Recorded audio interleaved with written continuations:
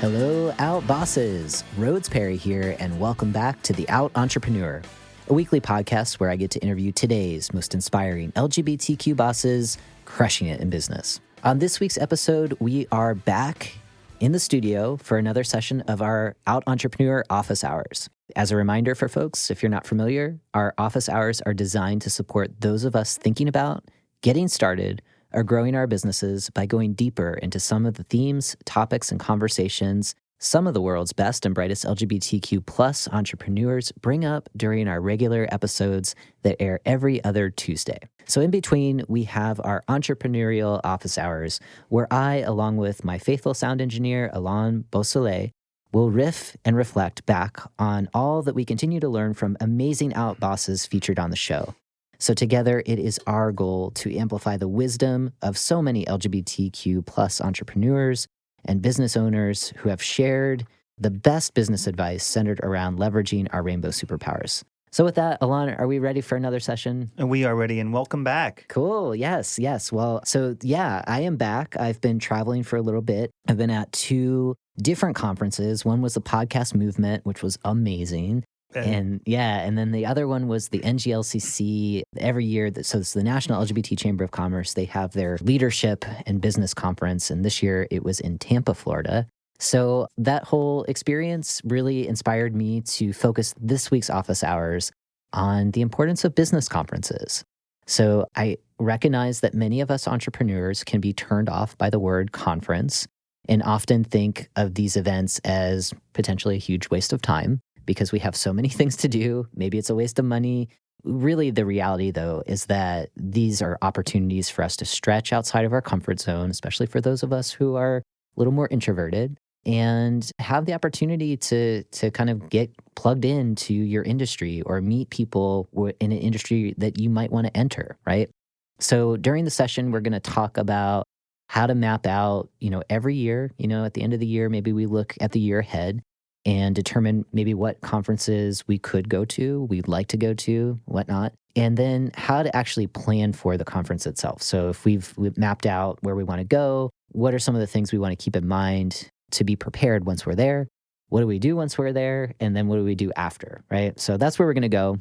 I'm a fan of conferences, so obviously that's why we're talking about it. But I'd like to talk with you, Allon, about this as well, because I know you're relatively new in your business. And obviously I just went to the podcast movement, and I was like, Allon needs to be here. And I was thinking the same thing. Yeah. So why don't we just kick this off? And my question for you, and this is really to the entire audience who's tuning in right now, is do you have a strategy for attending professional conferences? And I know that you're relatively new in your business, but have you done this in the past, when you're doing more work as a musician, going to different trade kind of conferences? Yeah, I've gone to trade shows. And conferences, right. And it is a good way to meet people. A lot of the ones I'm going to are booth-oriented, right? So it's people promoting their products. Mm-hmm. But I learned just as much from the people there or more, and made connections from just meeting people at the booth that weren't from the booth as well. Yeah.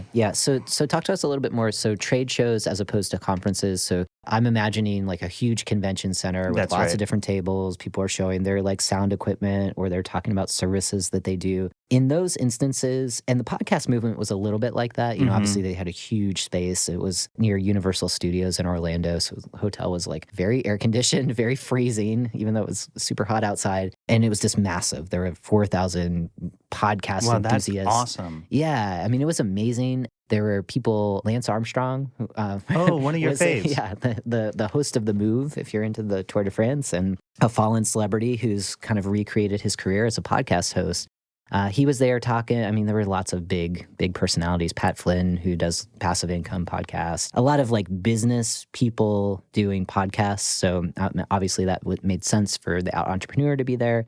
But yeah, so in the trade show, kind of going back to the question that I wanted to ask you, which is, do you also have some learning opportunities when you're there? Workshops? Often, there's workshops, or there will be a speech of famous producers, and sometimes programmers of instruments as well. because we get real nerdy, right? Yeah. I want to know Yeah. who designed the sounds for that keyboard. Yeah. And then I'm like, it's that person, Right. Yeah. Yeah.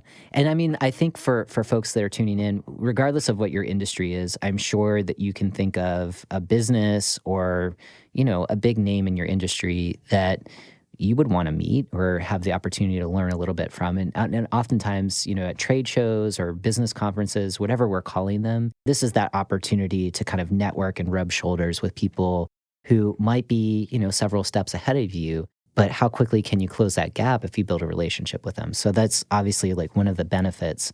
In the past for you, Allon, when you were thinking about trade shows, how did it just kind of the opportunity arose and you're like, okay, I'm going to go? Or was there a little bit more of an intention maybe at the beginning of the year of like, okay, I have this amount of budget to kind of go and learn?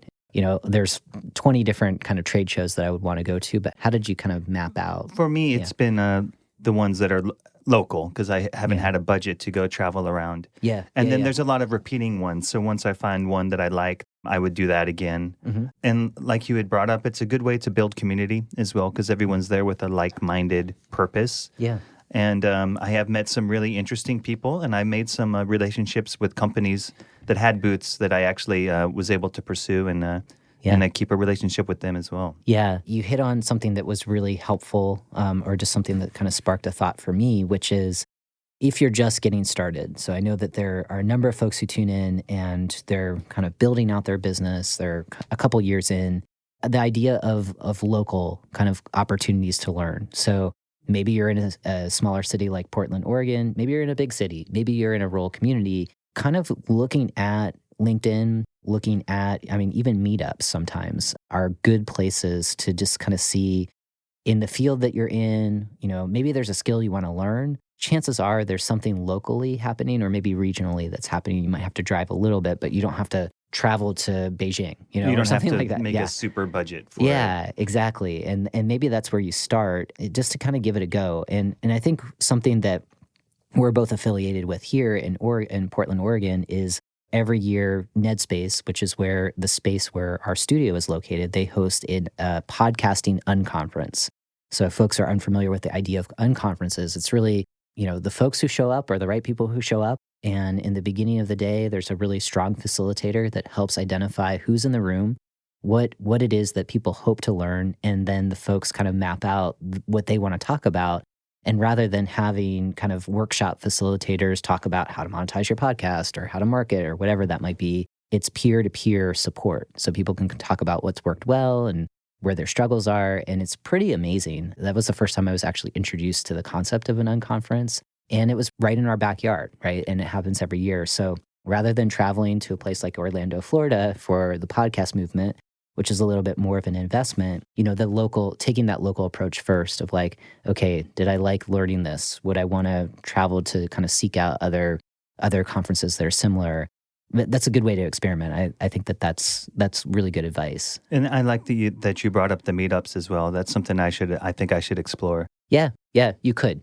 If you should, then you should all over yourself, right? Right, exactly. You could. There's always right. It's something that I could do, exactly. Yes, yeah. We all have those options, and I think that's also, as you kind of think about scheduling, so for me, like my process of conferences is usually the last quarter of the calendar year. So from October to December, I'm taking a close look at kind of like what my client schedule is like, for my business, what the podcast recording schedule is like, when do I have some downtime, obviously prioritizing vacation. So for me, it's kind of every quarter I try to do something that's going to give me life and like restore me. And that's part of the beauty of being an entrepreneur is you can make up those times and kind of that sacred time. Outside of that, I kind of look where there's ebbs and flow in my business, and where there might be an ebb, that's kind of, I view those as the learning opportunities. So usually for me, February is a little bit of an ebb and also August. And so those are times, it also happens to be restaurant week in most major cities. So those are times that I kind of look to the calendar of like, okay, where are conferences where I'm not speaking at, I'm not like the sharer. I want to go and I want to learn, or I want to network, I want to build out my community. And then I just map it out. And so usually like a standard for me almost every year is the NGLCC conference. for this show in particular, it's such a nice blend of LGBT entrepreneurs. So I meet potential guests for the show. There's a lot of learning that happens around growing your own business and learning from other veteran business owners. And then the opportunity to also kind of network with corporations that are looking for services like what my business has to offer. And it's also for me kind of like a family reunion because there's a lot of past guests who've been on this show, a lot of new friends that I get to meet there. I mean, it's a community of folks that really do believe that a rising tide lifts up all boats and really trying to make connections to support each other. It helps me kind of feel that sense of belonging that I always talk about and also feel super supported. And because running your own business can feel sometimes a little lonely, even when you are working with people. If you're the CEO, you're the visionary. So it's nice to be connected with other folks in that position and dream a little bit and kind of open your eyes to new ways of running, managing your business in a more effective way. So that to me is how I kind of approach the calendar. And I'm open to opportunities.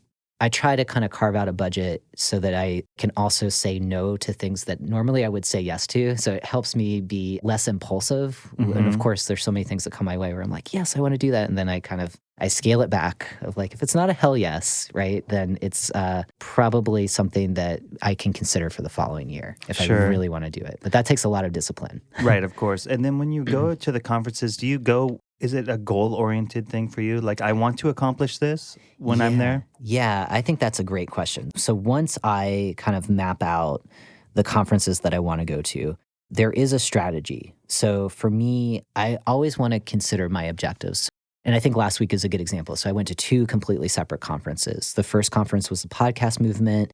It was in Orlando, Florida. This is an industry that is booming, booming, booming. And it makes me feel really good that, this show has been around for 3 years.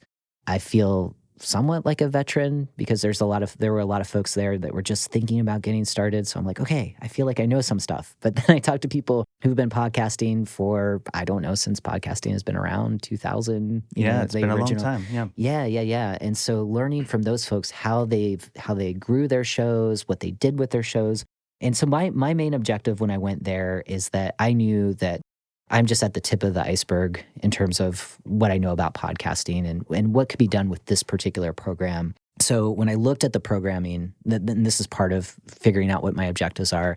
Who's going to be there? What are the different tracks that I can learn from? And then what's kind of a single action that I will take after the conference? And so when I went into the podcast movement, I really wanted to learn how to develop a membership community for the folks that have been a part of listening to this podcast for a long time. What more value can I bring to that group of folks? And so this is a little bit of a sneak peek, but at the beginning of next year, there will be a much better website for the podcast.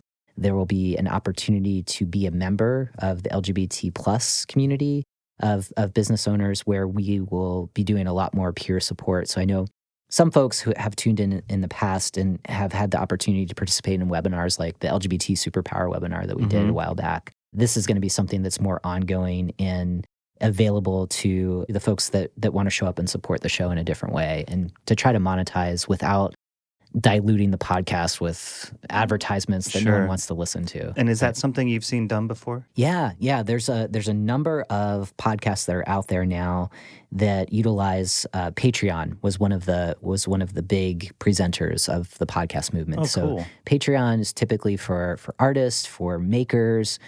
They have a huge podcast community there. So they offered a lot of guidance of how to structure a membership community. And one of the things that I'd like to do is just kind of make it as like an $8 a month kind of like opt-in. It's $8 none of us are going to miss, but like how much more value do you get? And thinking about kind of putting the office hours that we're doing right now as an additional hour to every podcast episode that's featuring an LGBT entrepreneur for free. So that kind of the episodes are going to go out and everyone will have access to them no matter if they're a member or not. But if they want to dive deeper, if they want to listen to these kind of conversations, if they want to see kind of behind the scenes video footage of us kind of pulling the podcast together, that's going to be available to the members who are kind of investing in this show to making sure that it's reaching more people, which is great because then it allows me to have more resources to get this out to more people, doing maybe some live podcasting. But that was my goal. So that was one of my goals for a conference.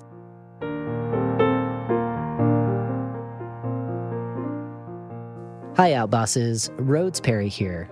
As you all know, part of my passion for this podcast is to empower you and fellow LGBTQ entrepreneurs to cultivate a feeling of purpose and belonging in your business, to know you can show up and be the most authentic version of yourself. Purpose, belonging, and workplace culture are concepts I take seriously in my own consulting practice. I'm dedicated to growing the belonging movement to empower leaders just like you, from the largest organizations to the smallest, to build healthier workplaces.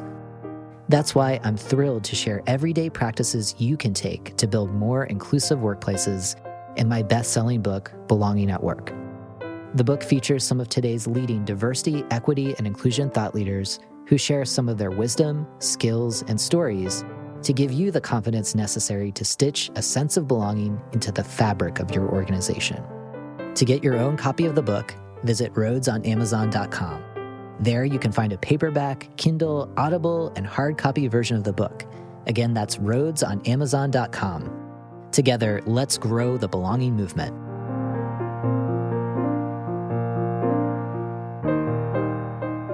When I went to the NGLCC, it was a little bit different. That's a conference that I was already presenting at. So I was sharing with corporations how to measure their impact if they're doing LGBT-specific programming in the workplace, starting with how do you even collect LGBT demographics and should you? Are you ready to? That was fun to be able to deliver that. My goal for that conference was really to maintain relationships with lots of folks that I've had and interviewed on this show, building some new relationships, trying to get a pipeline of guests, for the next year, which we are solidly booked for a really long time, which is really nice. And a lot of really quality people that can help, certainly me, and hopefully offer mentorship to other listeners. And the other goal was just to kind of start the long, and I view this as a dating process for some of the bigger corporations and some of the bigger contracts that I get through the business side of Rhodes Perry Consulting. Had a lot of really great conversations. So that allows me just to kind of practice, what's the value add of the work that I do in my business, and trying to bring along some new partners and helping them with where they're at with their own diversity, equity, and inclusion commitments. A kind of organic goal that I had, and this was like, it was a dumb moment, but it was in October, I'm doing an online summit. It's free, it's virtual. It's basically featuring close to 30 different thought leaders around kind of topics of how do you radically include everyone? What's the future of work with respect to diversity, equity, and inclusion? How do you involve allies in doing the work? How do you share your story? How do you take care of yourself, right? But I was able to share a whole bunch of palm cards about that event with many people in corporate settings where they're like, they couldn't believe that it was free. Right. And they were like, can we give this to everyone? And I was like, please do. So we're expecting about 15,000 people, but after going to NGLCC, who knows? It might be a lot bigger because I had a conversation with Hilton. They have 170,000 employees alone, right? So you're about to break the internet. Yeah. I mean, it feels nice. But part of that is just getting the word out. So, two really different conferences. Although I think for anyone who listens to this show, both of those conferences make a lot of sense for what I'm doing, at least with the Out Entrepreneur podcast. And, now that I'm back and I have this idea for the office hours, we're going to talk about professional conferences. The other thing for me is it always lights up new parts of my brain when I'm able to connect with people who are, if they're in business and they're running into similar challenges, or they've been in business for a long time and they have ideas on how to overcome those challenges. It's just one conversation can just send you, kind of add some additional rocket fuel to your business and take you to a whole other level. And it's really, when you think about luck, it's kind of, luck to me is being super prepared, having done your homework and knowing what you know in your business, combined with the right opportunity, the right person that you're able to connect with, and boom, that's where the luck is, So right. Conferences typically are able to kind of create that incubator of connecting you, the super prepared business person, able to talk about your business with the right people who are in need of what you do. And everyone's there for a collective purpose, more or less. I mean, at least it's really focused around this this thing. So the lines of communication everyone's there to do what you just said as well. Yeah. So hopefully they'll just find each other. Yeah. And, and the cool thing about both of the conferences that I went to last week, and I'm seeing this more with professional conferences, is this idea of, like you said, people are there for specific reasons and they're seeking out other people for those reasons. And some of the biggest barriers to that is when you're, podcast movement alone was like 4,000 people. You're in a giant convention center, 4,000 people, finding your other people, is sometimes a challenge. The mobile apps are now really cool. So it's almost like a micro LinkedIn type space. It's an app that's for the conference itself? Yes. Oh, that's awesome. Yeah. So the really cool thing is I have both of these apps, 2 different conferences on my phone still. And the really fantastic thing about that is I can see, all of the registered guests, where they're representing, in the podcast movement. I can see all the people who have created a show.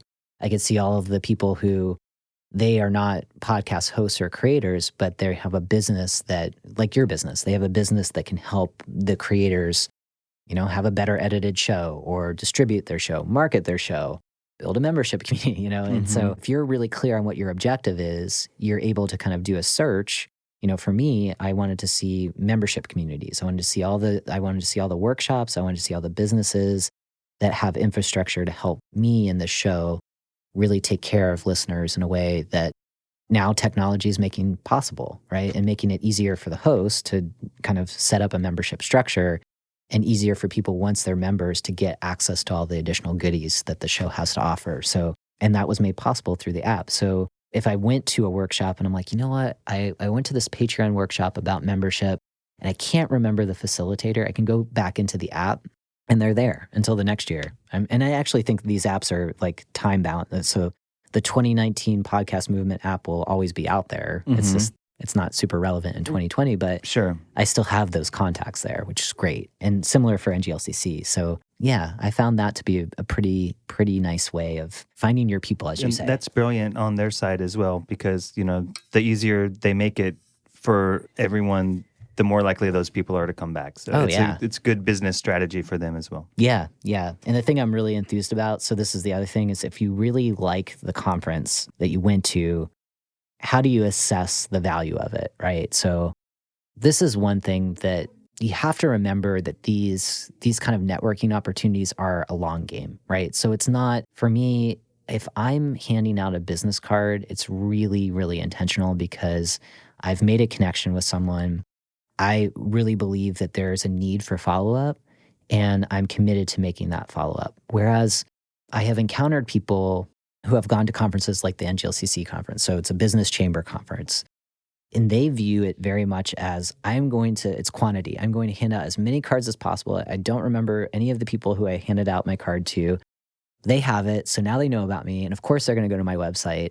And I'm going to land like 5 business deals after this conference, right? I mean, it's good to be ambitious. And maybe the scattershot approach works for some people.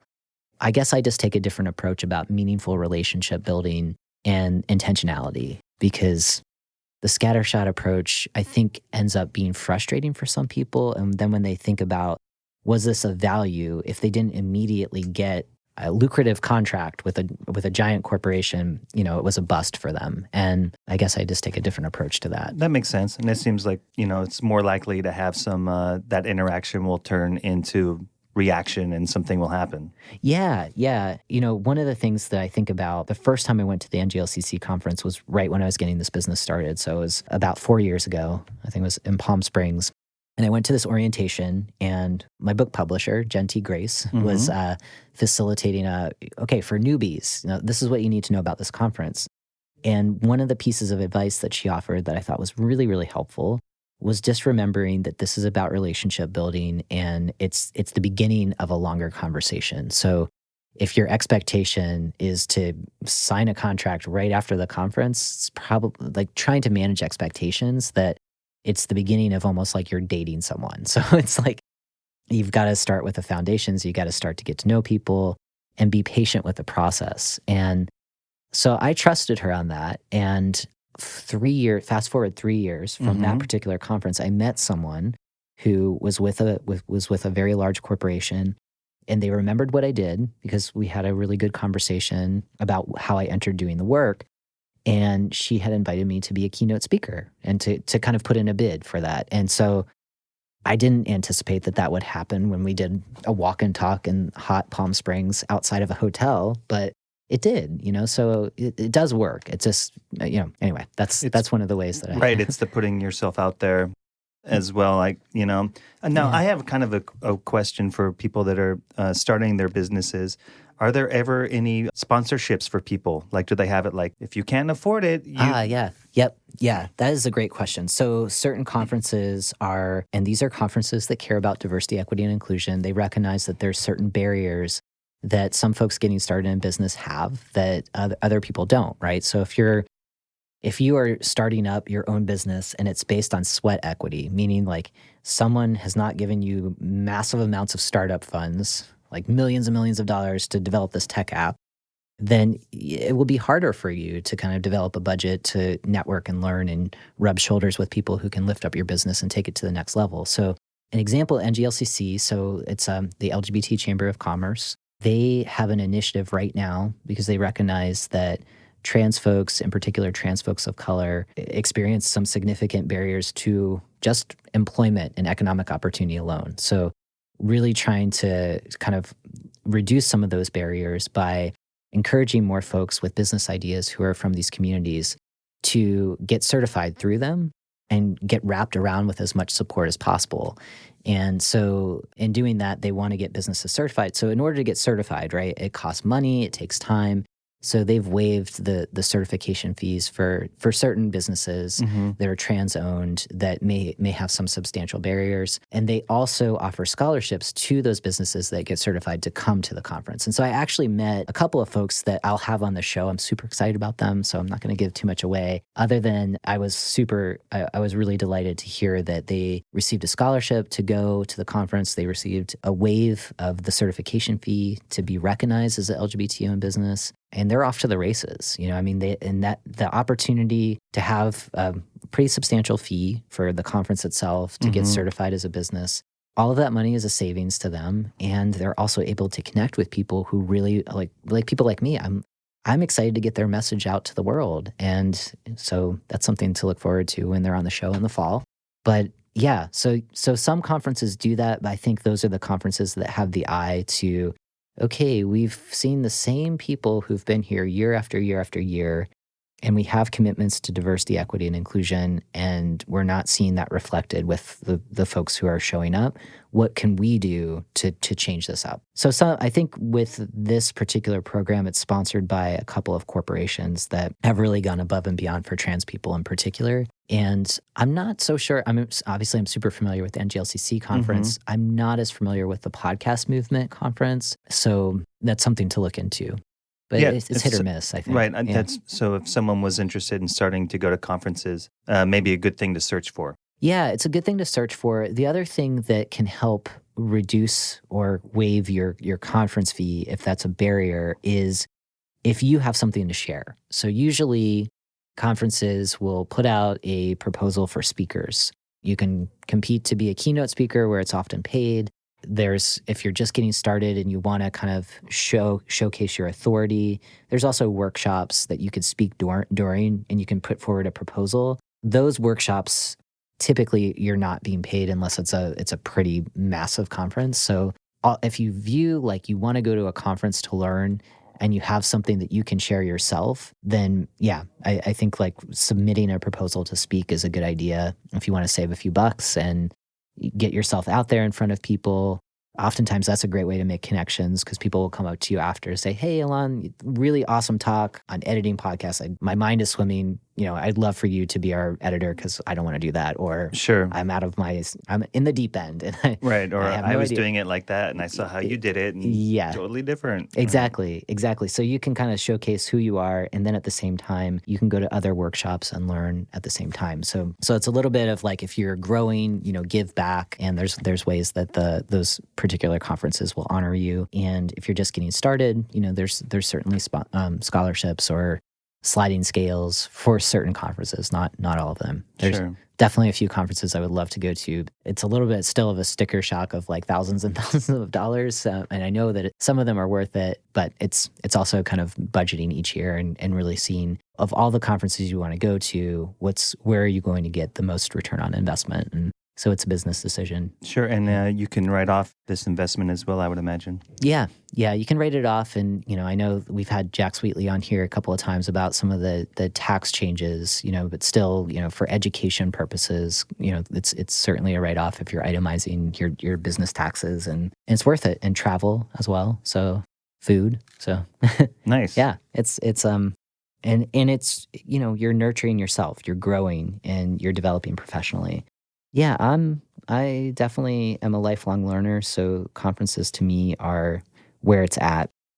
In terms of when you're at a conference, do you have an approach, or maybe when you're at it, like some of the trade shows that you've gone to in the past, have you kind of mapped out a strategy, or I'm into the soft sell personally. Yeah. I want to get to know someone. I want them to ask about me more than me telling them about myself. Yeah. And so that's part of my strategy, more or less. Yeah. Like I want to get to a point where we are interested in each other. Then it's a real exchange. Yep. I find that to be a more meaningful and a longer lasting work relationship. Yeah. Yeah, I'm a fan of that. And I think that goes to inclusive leadership, right? Where you're just like the little bit of curiosity of someone else. And I find if you're asking people lots of questions about them, they're going to love that for the most part, unless they're fellow introverts, right? And like you said, it's like a first date as well. That's what you would do, potentially. Yeah, absolutely. You want to, and really honestly being interested. Chances are if you're not interested, maybe that's not the right part. Like don't fake it. And I mean, be sincere and get curious. And honestly, again, I think that goes back to like the quantity, the scattershot, like, I'm going to hand out my cards to everyone, versus the quality of an exchange and being okay.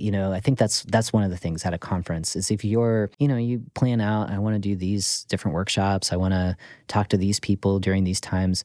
You have to be flexible too, because it can be overwhelming. It's a lot of people time. And even for like the most extroverted of extroverts, there's a lot of energy that's going into talking and listening and learning. So sometimes you're going to have to change things up and be okay that if you really wanted to go to a particular session and say it was full, the room's full, maybe you go somewhere else, or maybe all of the sessions are full, right? And so you're out in the main exhibition hall and you're talking with other people.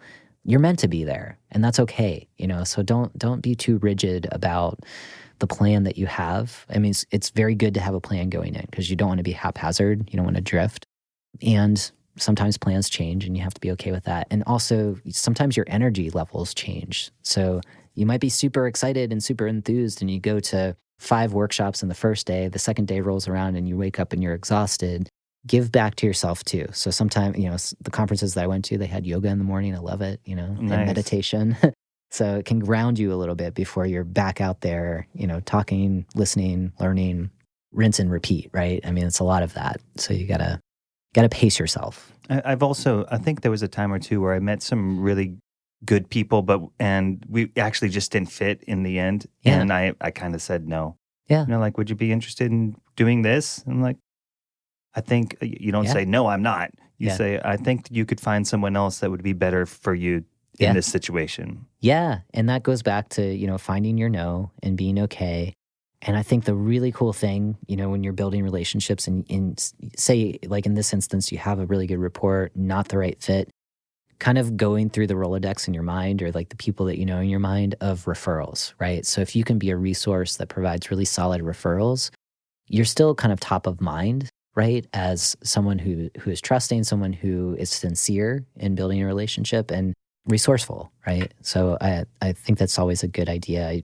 I try to do that in my own practice, in particular when people really reach out and they're like, can you design the training for da-da-da? I'm like, I don't do that in my practice, but here's 15 other people that do, and they're all amazing at what they do. Let me send you their emails, and people appreciate that too. So I recognize, like, if you're just talking verbally at a conference, it doesn't, 15 people probably don't come quickly to mind, but there's probably a few peers that you can kind of support that might be doing the things that someone who wants you to do it and you don't want to do it is requesting of. Right? And the people that it works in two ways, because the company that you gave those reservations to might think of you for something else down the line. They helped me, and then the person you helped are going to do the same thing as well. Yeah, and absolutely. I mean, that's the relationship building, and it's being kind of a go-to person if that's who you want to be known for, right? I mean, I feel like I'm definitely a connector and a kind of a community builder, so I like being of service in that way.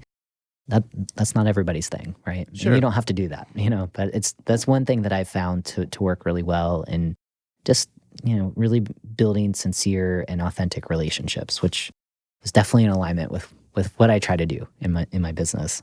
Let's see, what we've talked about, kind of what we're doing at the conference. What about after? So when you've gone to trade shows, what are some definite things that you do after you're done? I do try to kind of take note of what happened.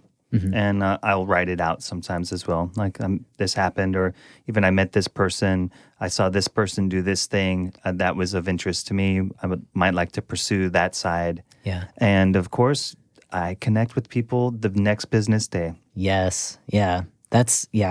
I aspire to do that, and so it's been a week after, and I'm still kind of going through the cards. I've lost some cards, and I'm like kind of kicking myself for that. So have some grace with the fact when you're coming back that follow-up is very, very important. So if you said you were going to follow up, definitely do that. One of the things I recommend, don't lose cards. And if you are collecting cards, it's very powerful to kind of write maybe on the back of the card, if it's possible. I met Allon, does podcast editing. We chatted about da-da-da. Because then when you're writing an email, if that's the way you're circling back, or if you're calling someone, it personalizes, and it helps them kind of spark that memory, because chances are you go to a conference with 4,000 people, you've probably talked to a lot of people. So you want to be able to jog your memory. I think that's a helpful way. I do notes on cards as well, and I take pictures of them too. Oh, nice. Because then if I do lose them. Yeah. Well, and here's the other cool thing, right? So this was not at the NGLCC conference, so I imagine it's coming soon. At the Podcast Movement conference, they had on your badge, they had a QR code. So if we're talking and we're like, oh, we're having a great connection and we might want to do business together, you can use your phone through the app, take a picture, and then it automatically connects you to that person's contact information. Oh, that's cool. So you don't need and then you can save it, right? You can save it in your app. So then you don't have to worry about losing cards because it's all in your app. Once again, brilliant. Yeah. That's awesome. Yeah. So that's the tech, it's kind of like, there used to be the app on your phone where you can bump your phone. Right, I remember that. I don't know what, maybe it still exists, but anyway. So it was kind of fun. Yeah, it was kind of cool.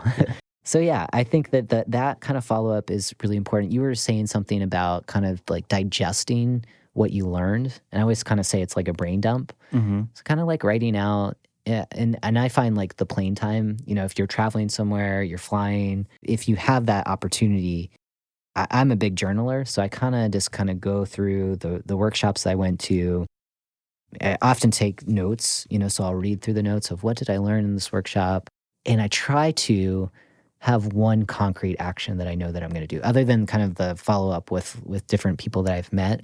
What's one piece of learning that is most relevant to what I want to do in my business to take it to the next level? So I think that's, if I can commit to doing one thing, that's totally worth it. Right, yeah. Think about all of the different strategies and things you could do, and you're pulled in different directions. If you kind of made that commitment in the beginning, and like the example I gave you with the podcast movement, I'm really committed to building a membership community. That's the action. So the next step for me was go to Patreon, kind of look at their product, look at their service, and set up a Patreon. So I'm in the process of doing that, and there's a whole web back end thing that of course, like one thing leads to the other, but it gets the momentum started, which I think is really important. Sometimes a conference, you need to have the conference on the schedule to make you do the thing. So now it's happening. And that makes sense. And you probably can learn a lot about how people are structuring. I would imagine some people are like, first month free. $8 a month or $80 for a year. Oh yeah. It's really interesting. I mean, they gave a lot of advice. So I'm trying to make it as simple and easy to opt in to really kind of basically tip us, for providing good value and quality. If people want more, right? And if people just like kind of the podcast as is, no harm, no foul. Keep listening. Sure. It's cool. But it's exciting, and it's exciting to engage, those members of the audience that are just, superstars and, want to flex their LGBT superpowers and connect with other people. So yeah, that was kind of the brain dump thing for me. I think is really important. One of the other things that I'm seeing more of an option. Not all facilitators will do this. Oftentimes at the beginning of a presentation, because the presenters want you to kind of listen and be present, rather than taking pictures of the slide deck or furiously taking notes, they'll say, like right in the beginning, hey, we want to have a dialogue. We want to exchange. And so if you want a copy of the slide deck, here's the link. We'll share it at the end too. And if you've registered for this particular session, we'll also email you. So foolproof, you're going to get the slide deck. That's one thing that if you didn't take notes of a certain session, you got something really powerful from it, go and download the slide decks, and kind of look at how something was presented, look at the strategies that were offered, look at the contact information. That's another way of maximizing the information that you have and kind of adapting the stuff that you want in your business without trying to have to commit everything to memory or to writing your notes. And sometimes when you go back through your notes, you're like, what the heck was I trying to say here? And slide decks are good exampos of how you could present your own business as well, I found. So I actually really like them. They're little books, Yeah. There is there at NGLCC, there is Sally Hogshead was really amazing. She would be cool to have on the show. She's an ally. She has a trans son. And she's like a marketing, branding, advertising guru. Her slide, so she was one of the keynote speakers. Her slide deck was amazing. It was amazing. It was just there were very few words. It was just these really powerful images, super colorful. For me, they lit up a whole other part of my brain where I was like listening to her message, I was absorbing it.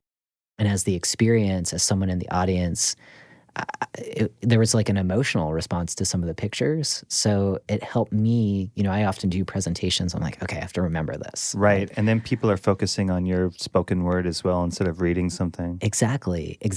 And remembering, there's a few things that of course, a very effective keynote speaker repeating some of these same things, the themes again and again, very simple language, and you would see it up on the screen. And yeah, so she was really powerful. So that's a note to self. I'm just remembering again, like invite Sally to the show, awesome. Which would be really cool. She would be an amazing guest. Yeah. So the brain dump, the slide deck, we talked a little bit about assessing the conference value. So come up with your own rubric of what value means to you. So of course, if it's about getting contracts, cool, that's part of it. But I think Allon, you and I, our approach is more that plus, did we really walk away with new colleagues that care about us as much as we care about them? And I think that's what makes, to me, that's business. It's about community. It's about being top of mind. It's being someone who's trusted and finding other folks like that and building your own kind of community around.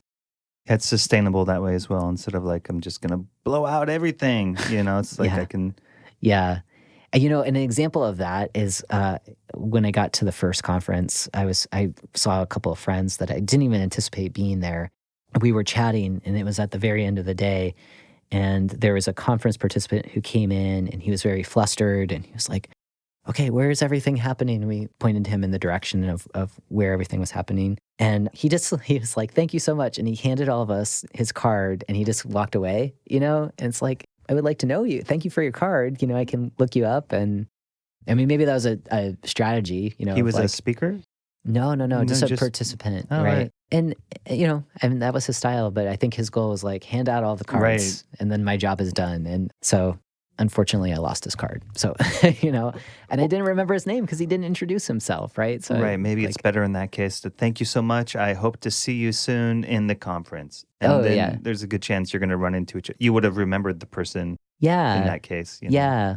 Or I think that, and if you're in a hurry And if you really are going to want to have a meaningful exchange and give your card, spend some time introducing yourself. Why did you come to the conference? Get curious about the other people. And I get that. It's hard. And I think as we become increasingly more connected digitally, virtually, but still feeling isolated because we're not having that kind of like in-person human connection, I think that creates static for all of us, right? Where it's kind of, how do we relate again? Now that we're not like sitting behind a computer screen is in front of our face, like we're actually like with other people. So, and that's probably the best point of these conferences in this modern age, I would imagine. Yeah. Is the person-to-person connection. Yes.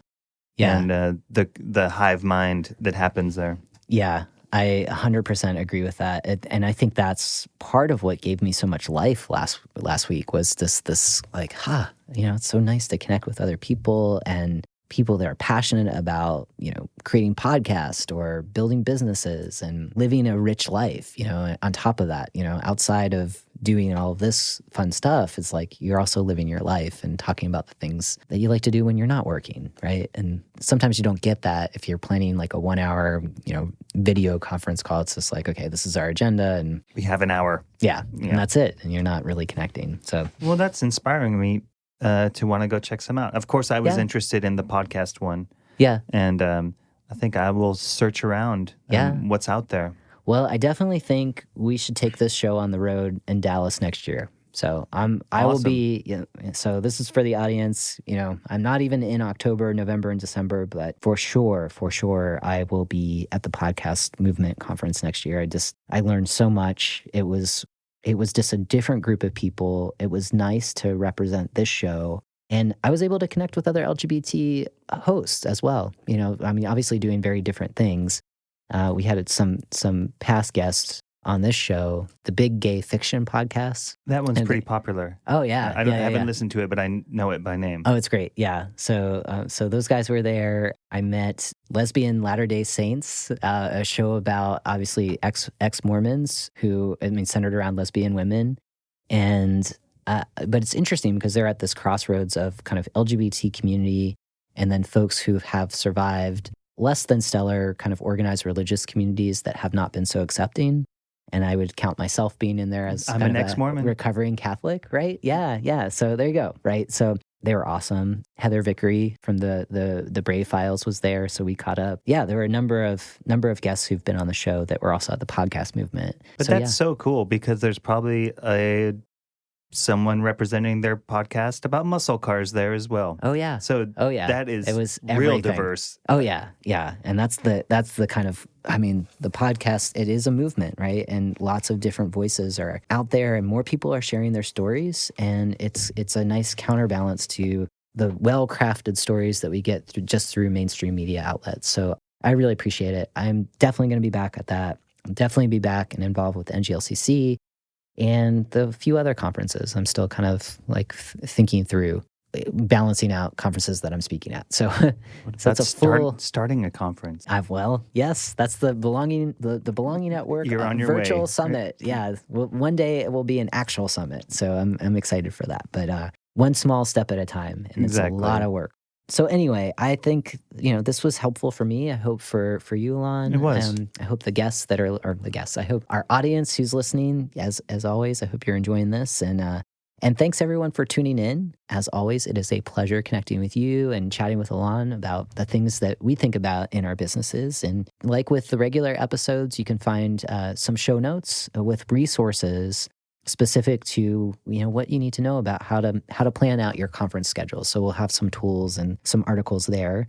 Consider subscribing to the podcast if you haven't yet, and let us know what you think about these office hours. I know that a number of you are really engaged in the Facebook community for the Out Entrepreneurs. So if you're not, why don't you go over there and we'll add you, and love to hear your opinion and some of the things that you're struggling with or things that you'd like us to talk about.